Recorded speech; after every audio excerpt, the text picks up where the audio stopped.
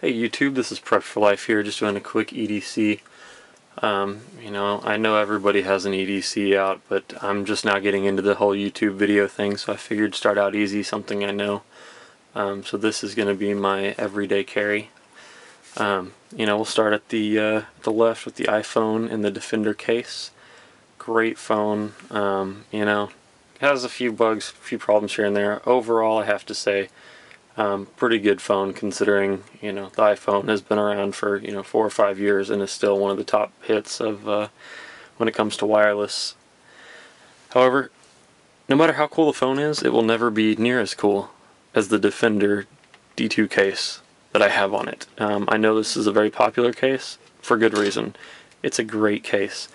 I personally bought it in all black and then realized I hated the fact that I was all black and one of my buddies had an all white case, and so we decided to just trade the rubber covers, and so now mine's white with black and his is black with white. So it's a great case. You could drop this thing off the Eiffel Tower and it would not have a scratch on it. Great case, totally worth $50, and I hope whichever phone I get next will also have a Defender case available for it. Next up I have my wallet, just a normal Fossil everyday wallet. I've carried it for a little over a year now. A girlfriend bought it for me. It's a great wallet. I'm not into trifolds, I'm a bifold guy, and I like having my driver's license on the outside, which is why we chose this wallet. The only thing I wish this thing had was a money clip right in the center. It does have a place for money, however it's just such a tight fit, it's almost not even worth putting money in there. So it's a great phone. Sorry, I'm getting a text message. This is one of those times where you just really wish it would shut off. Let's go up. We got the survival bracelet with the King Cobra weave. This is the first time I've ever made the King Cobra weave or Cobra weave at all. I just happened to be walking through Bass Pro and saw the 550 cord for $6 for 100 feet. Can't beat that. I wish I had kind of had a couple of more options color-wise, but unfortunately they only had black.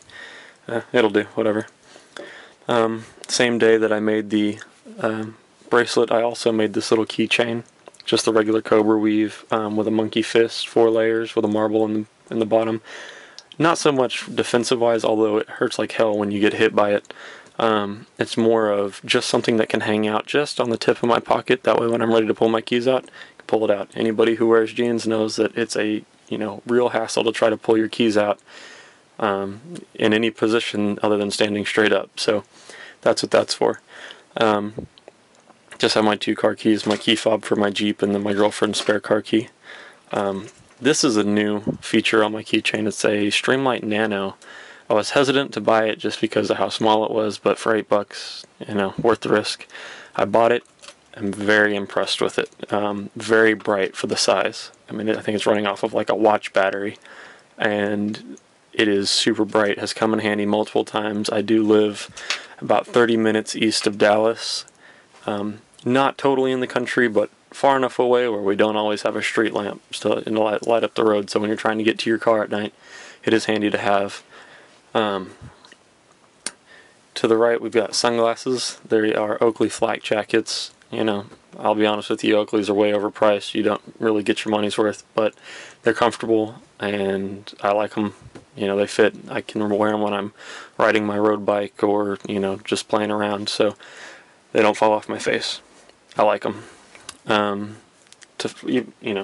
Next thing over is this flashlight. It's a, let's see, what is it? It's a Techlight Lumen Master. We are talking cheap light. Something we probably picked up at the, checkout line at AutoZone. It does have the beveled edge, defensive edge, and it actually is rather sharp, a little sharper than you'd expect. And I could only imagine how bad that would hurt, getting hit with that. But hopefully I won't ever have to do that. Pretty bright LED, low, medium, or low, high, and strobe, or disorienting mode. For 5 or $10, however much it costs, not a bad light. I do want to look at getting like the L2D or something by Phoenix or Streamlight to replace it with, but right now, strict budget. That's all I got to work with. I do carry a pen everywhere I go. I think everybody should carry a pen with them. It is a great idea to have. This particular pen is just black, fine point. It's a great pen, a little expensive for being a disposable pen, but I've never had an issue with it. It's never stopped working on me. It doesn't smear, and it's very reliable. Can't ask for anything more. I'll pay the extra 15 or 20 cents or 50 cents, however much more it costs to have that pen. We're going to skip this and go just to the knife real quick. This is the Kershaw Clash. I normally carry the Kershaw Leek. I wouldn't really say this is a gentleman's knife, but I also really wouldn't say it's a heavy-duty knife at the same time. I'm more likely to carry this in in a nicer environment than I would this, just because it's a very clean, smooth-looking knife, and I like how unique the handles, or the grip handles, are on the Kershaw. Just a little scared that I may break the blade. It is very thin, or thinner than I'd like, especially closer to the tip. I've been very scared that I was going to break it off. I've been carrying this knife for about 4 years and just decided to put it on the shelf and let it retire. So that's where that's going.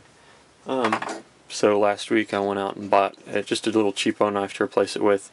I don't want to buy an expensive knife that I'm going to break the tip off if I need, to do something a little bit more rigorous than it can handle.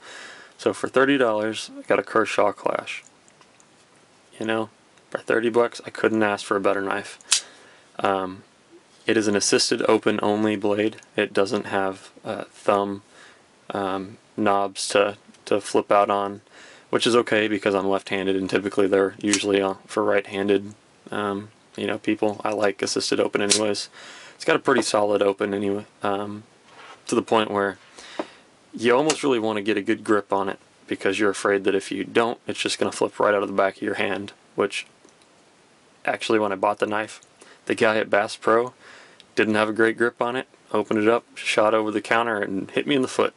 Luckily I had a pair of boots on, so I'm not missing a toe. I do carry Carmex. Great stuff to have, not only for chapped lips, but if you have a bug bite or a small cut or a burn or anything, Carmex is great to put on just to kind of keep the air off it, keeps it from burning or itching or anything like that. So I always have a thing of Carmex.